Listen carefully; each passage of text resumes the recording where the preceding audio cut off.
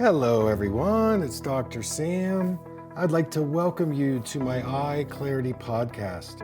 This is a show that offers cutting-edge information on how to improve your vision and overall wellness through holistic methods. I so appreciate you spending part of your day with me. If you have questions, you can send them to hello@drsambyrne.com. Now, to the latest EyeClarity episode.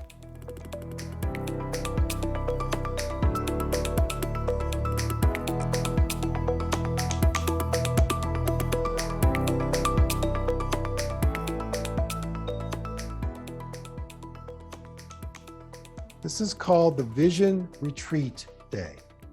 And I love this. This is really, really important. I want you to find a day when you can completely unplug from electronics for the entire day. And you're going to do this eye patch exercise. You might do the opposite lens prescription. I want you to spend time in nature, and I want you to do the somatic eye practice that we're going to do next. So you'll see that. And I want you to consider doing a cleanse or a fast during the Vision Retreat Day. When you start doing things like the eye dialogue, wearing the opposite lens prescription, you are detoxing the energy coming out of your eye. Basically, a cataract is a toxicity. That's what it is. And you need to do a cleanse. You need to do a release and reset so that you don't have to go through this surgical process.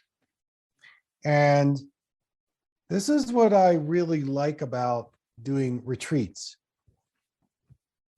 And, not everybody likes this kind of contemplation or this level of responsibility of when you're on your own.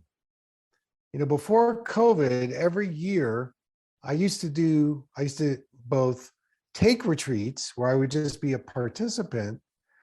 And during the retreat, it would be a 7 or 8 day retreat. We would spend 3 days of that retreat in silence. And usually the retreats were in a very nature-based setting. We were the only people there. And it was so amazing to stop talking, to stop communicating with electronics. And going into silence is pretty challenging, because at the very beginning, your mind is going to be going very, very quickly and probably a lot. And what you do with that is you can just write it down in the notebook. It's a way to discharge how busy the mind gets. In fact, the busier the mind, the more chaotic the mind, the busier and more chaotic the body and the eyes. So mind and eyes, very related. So in doing a retreat, it's a way for you to start to see some of the influences that maybe are taking you away from your health and wellness. And it's very difficult today to do self-care, because when we do self-care, others may perceive it as we're being selfish. We're not thinking about other people. There's a variety of things that come up. But what I noticed about people who are healthy is that they are able to take some retreat time so that they can harvest their own energy and replenish and rejuvenate from all this fast-paced living that we're all doing. And I don't know about you, but I think things are going faster today than they were 5 years ago. And speed is one of the things that creates compression in the body. The faster we go, the more compressed we become, the more we grip, the more we tighten up. So this affects our circulation, our oxygenation, our immune system. It gives us more inflammation. Speed is related to inflammation. So taking a pause, taking a retreat, maybe you live in a family, you've got children, you've got animals, you've got spouse. Maybe you need to get some help to come in so that you can go have a retreat for yourself. I think everybody could benefit from it. You may get some heat from it. You may get some resistance from family and friends. But again, self-care is the way out of this. And the more we practice self-care, we become a role model for others to also practice self-care. And I think that's a way we're going to raise the health quotient in our society. But somebody's asking, both my eyes are near farsighted and astigmatic. Could I get a prescription for eye dialogue, opposite prescription? So there it's getting kind of complicated. I think what I would say in that is that, let's say, for example, your right eye is nearsighted and your right eye is farsighted. I don't know, but let's say there's a difference going on, or there's a nearsighted problem at distance and a farsighted problem at near. I would tend to start more with the distance prescription and work with the opposite lens that way. And all we're trying to induce in the opposite lens prescription is for you to react to blur, because we don't like blur. It's the signal that the eye doctor has said something is wrong. Well, not necessarily. That if we learn to embrace and go into our blur, we actually can get more clarity.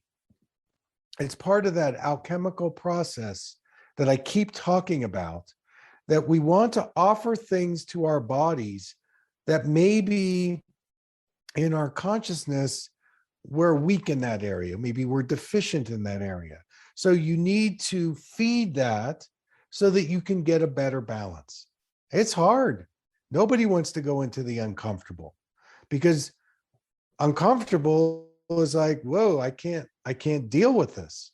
But the more you go into the uncomfortable, that is going to expand your comfort zone. Another thing that I used to do is I would pick one or two subjects, things out there, and I would go take a seminar. I didn't know anybody. It might be in a place I never had been before. And the idea is that by going into something new, that is a neuroplasticity practice. That's going to create new pathways. When you're nearsighted and you go to the doctor and he gives you a nearsighted lens, which clears up the eye chart, what I'm asking you to do in a therapeutic setting is to use an opposite lens, which is going to create a blur. Now, you do this locked in your bedroom.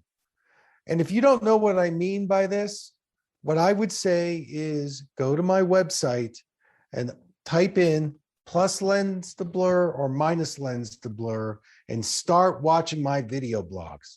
And then you will start understanding the beauty and the technique of using an opposite lens to create clearer eyesight.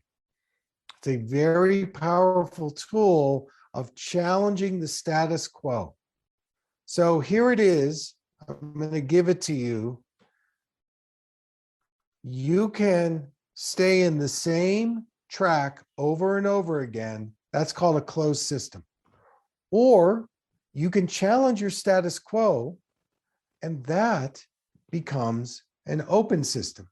And when you live in an open system, there's more creativity, there's more vitality, there's more innovation, and we're not just buying into the company line, the party line. I'm a certain age X, I need to get cataract surgery Y. That's a closed system. And what I propose is an open system so that you can play in your growing edge. What is your growing edge?